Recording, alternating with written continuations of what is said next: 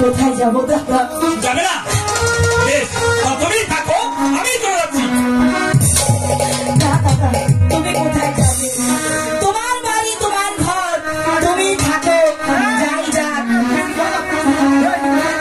যাই যাক, এই দাসী এই বাড়ি ছেড়ে চলে যাও। দাসী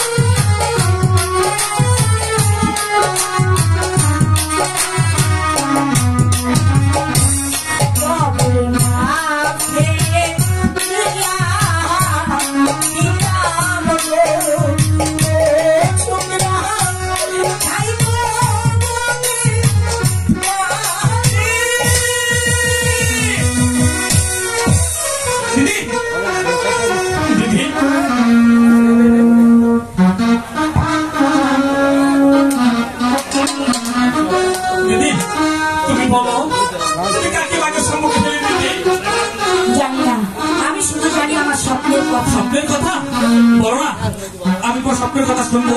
বলো তুমি স্বপ্নে কি দেখেছো? তাহলে শোনো। একদিন আমি মাসিমার ঘরে শুয়ে নিদ্রা যাচ্ছিলাম, হঠাৎ করে স্বপ্নে দেখি মিরাজপুরের একাপড় বাদশা 12 দিনের ছেলের সঙ্গে মুজিবের 12 বছরের কন্যার বিয়ে হয়। তারপর তাদের দুজনকে বাসর ঘরে দেওয়া হয়। ওই বাসর ঘর থেকে তাদের দুজনকে নির্বাসনে পাঠানো হয়। আমার মনে হয় ওই ছেলেটি তুমি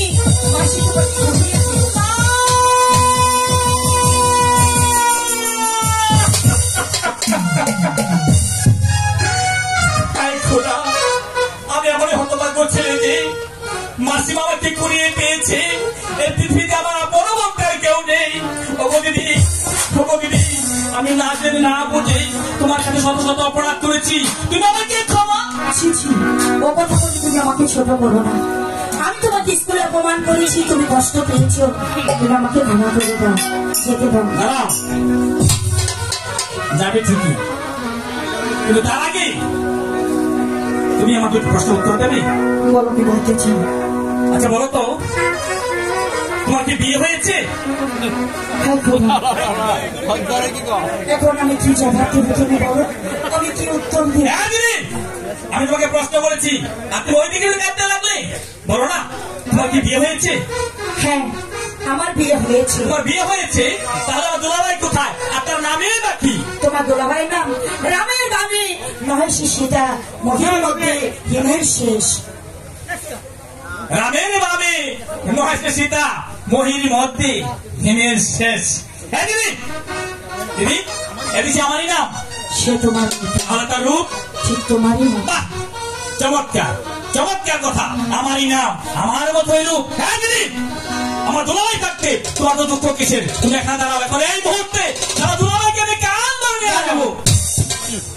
তুমি তো তোমার দুলাভাইকে আনতে যাবে, যাওয়ার আগে একটি কথা শুনে যাও। বলো তো, আজ এই নিশিতে তুমি আমার কাছে কি চাও?